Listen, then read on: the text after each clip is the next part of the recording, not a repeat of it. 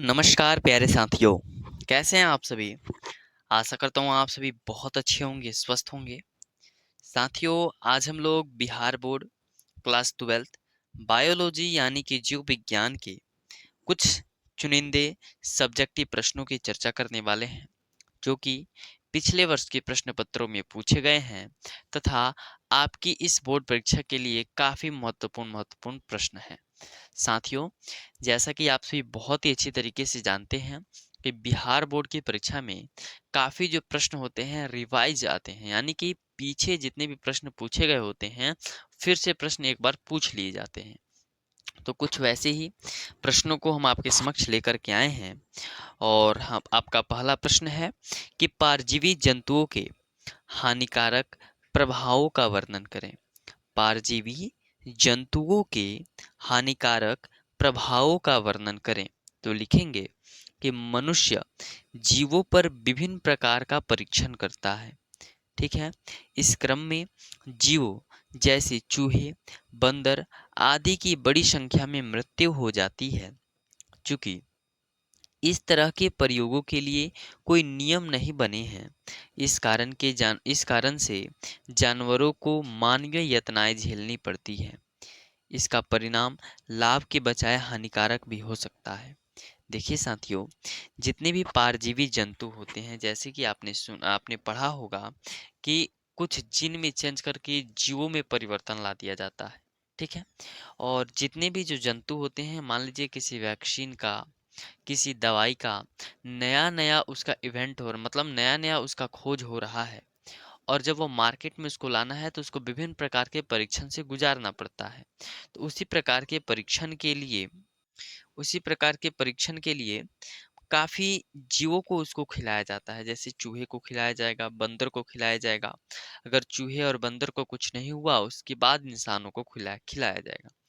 तो जो रिसर्च किया जाता है ना, यानी जो प्रयोग किया जाता है, उससे काफी जीवों की मृत्यु हो जाती है। ठीक है, और जितने भी जीव होते हैं, जानवर होते हैं, जैसे चूहा हो गया, बंदर हो गया, इन सभी को मानव के जुल्म यानी मानवीय यातनाएं झेलनी पड़ती है, जो कि एक अच्छी बात नहीं है, और इसका परिणाम लाभ के बजाय हानिकारक भी हो सकता है।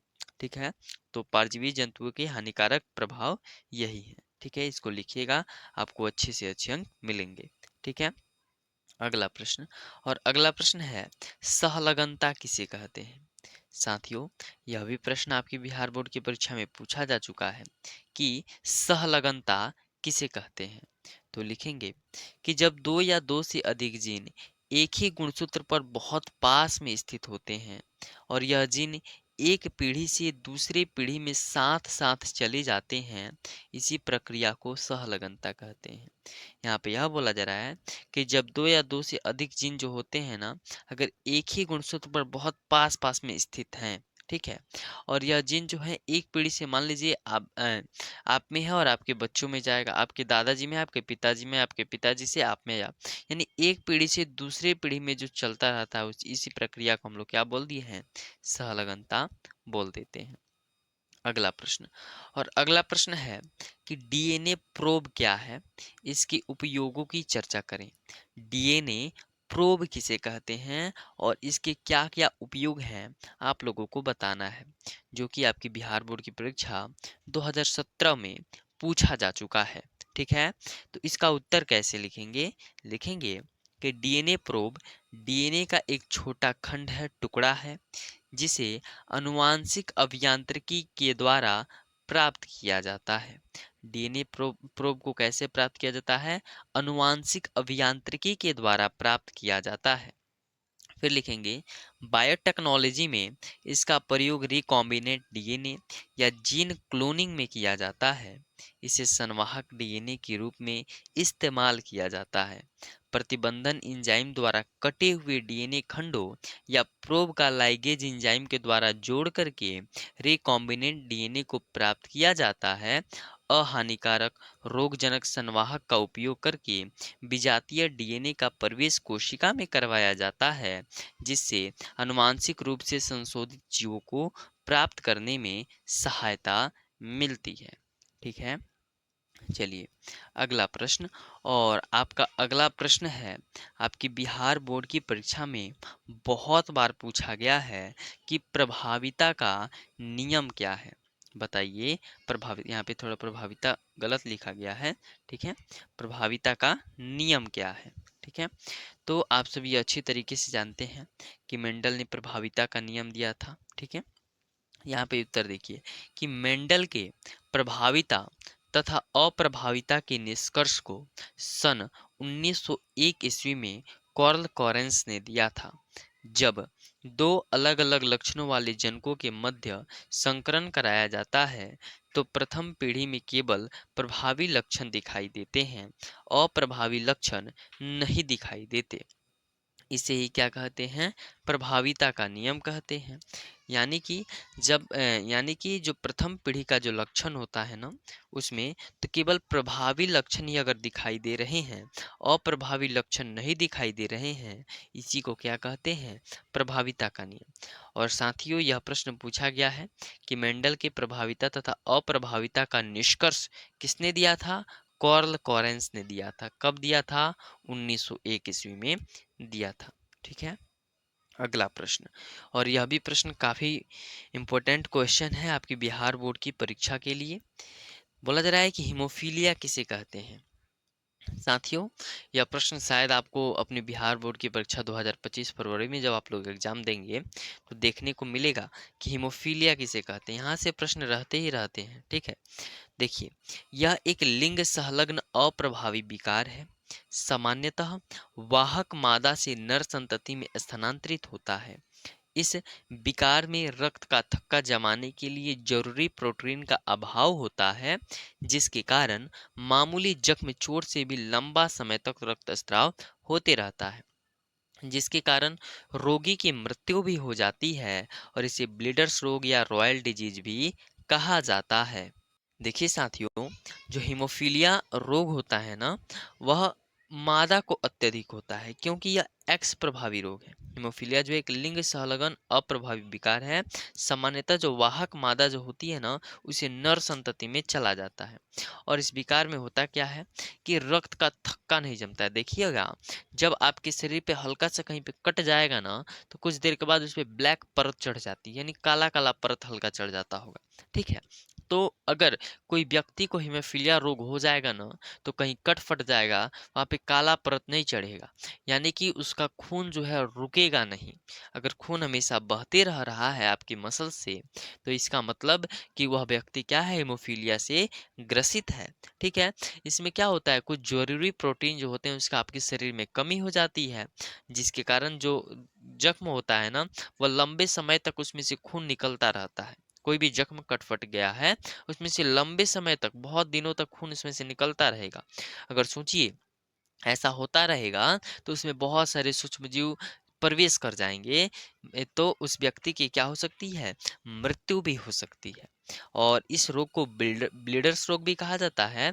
और आपकी परीक्षा में यह भी पूछा गया है कि रॉयल डिजीज के नाम से किसे जाना जाता है, तो हीमोफीलिया रोग को जाना जाता है। देखिए साथियों, आपके लिए कितने परिश्रम से हम इन सभी प्रश्नों को आपके समक्ष लेकर के आए हैं। ये सभी प्रश्न जो है ना, आपकी बिहार बोर्ड की परीक्षा में पूछे गए हैं और आगामी बिहार बोर्ड की परीक्षा यानी 2025 के लिए काफ़ी महत्वपूर्ण है। तो वीडियो को आप लोग अपने दोस्तों के साथ भी अवश्य साझा कीजिएगा, ठीक। चलिए अगला प्रश्न, और आपका अगला प्रश्न है कि मेंडलीय विकार किसे कहते हैं। साथियों यह प्रश्न शायद आपको पिछले वीडियो में भी देखने को मिला होगा कि मेंडलीय विकार किसे कहते हैं। तो लिखेंगे कि वैसा अनुवांशिक विकार जो एकल जीन के परिवर्तन से उत्पन्न होता है उसे मेंडलीय विकार कहते हैं। इसमें गुणसूत्र की संख्या नहीं बदलती है।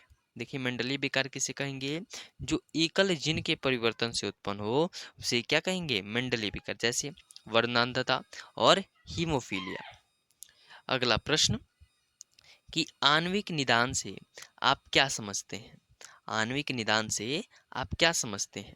लिखेंगे कि किसी रोग के प्रभावी उपचार के लिए उसकी पहचान के लक्षण एवं रोग कारक की कार्यकी को समझना अति आवश्यक है, ठीक है। यानी कौन सा रोग जो है उसका क्या उपचार किया जाए कि वह रोग जल्दी ही जल्दी ठीक हो जाए, ठीक है, इसको समझना बहुत ही अति आवश्यक है, क्योंकि उपचार की परंपरागत विधियां जैसे कि पहले की विद्या थी कि सीरम व मूत्र का विश्लेषण करके के उसका जांच कर करके सभी प्रकार के रोगों को जाना जा सकता है। लेकिन ऐसा है नहीं। क्या किया जाता है, सीरम व मूत्र विश्लेषण से किया जाता है, उसका जांच किया जाता है, इससे सभी प्रकार के हम लोग रोग को नहीं जान सकते हैं। इसलिए पुनर्योगज डीएनए प्रौद्योगिकी, पीसीआर एवं एंजाइम सहलगनता प्रतिरक्षा शोषक अमापन यानी कि एलाइजा कुछ ऐसी तकनीक है ना जिसके द्वारा रोग की प्रारंभिक पहचान की जा सकती है। यानी रोगों को जल्द से पता लगाने के लिए इन इन प्रक्रियाओं का उपयोग, पीसीआर और एलाइजा का उपयोग किया जाता है। इसे ही क्या बोलते हैं हम लोग, आणविक निदान बोलते हैं। ठीक है, अगला प्रश्न। और अगला प्रश्न है कि वर्णांधता किसे कहते हैं। वर्णांधता किसे कहते हैं, तो यह एक एक्स लिंग संलग्न अप्रभावी विकार है। ठीक है, जिसमें व्यक्ति लाल और हरे रंग में विभेदन नहीं कर पाता है। यह विकार एक्स गुणसूत्र के जीन में परिवर्तन के कारण उत्पन्न होता है। यानी कि वर्णांधता जो होता है ना, एक्स वाई गुणसूत्र होते हैं, और एक्स वाई गुणसूत्र में या एक्स लिंग संलग्न अप्रभावी विकार है, अर्थात यह स्त्रियों को अधिक हो सकता है। ठीक है, जिसमें व्यक्ति लाल और हरे रंग में विभेदन नहीं कर पाता है कि कौन सा कलर लाल है और कौन सा कलर हरा है। ठीक है, इसमें वह विभेदन ही नहीं कर पाता है। यह जो विकार यानी यह जो बीमारी है ना, वह एक्स गुणसूत्र के जीन में परिवर्तन के कारण उत्पन्न होती है। कौन सी बीमारी जी, वर्णांधता। और अंतिम प्रश्न है कि गुणसूत्रीय विकार किसे कहते हैं, तो वैसा आनुवंशिक विकार जिसमें गुणसूत्र के बढ़ने एवं घटने से विकार उत्पन्न होता है। एक गुणसूत्र बढ़ गया, एक गुणसूत्र घट गया। ठीक है, तो वैसे विकार को क्या बोलते हैं, गुणसूत्रीय विकार। यह दो प्रकार से, जैसे कि असुगुणिता और बहुसुगुणिता होता है। और एक गुणसूत्र के बढ़ने एवं घटने से विकार अगर उत्पन्न होता है तो असुगुणिता, और एक कोशिका में गुणसूत्र का एक पूरा समुच्चय अधिक हो जाता है तो बहुसुगुणिता कहलाता है। ठीक है, तो आशा करता हूँ आपको आज का यह वीडियो, आज का यह क्लास काफ़ी पसंद आया होगा। तो आप अपने दोस्तों के साथ इस वीडियो को अवश्य साझा करेंगे। बहुत बहुत धन्यवाद।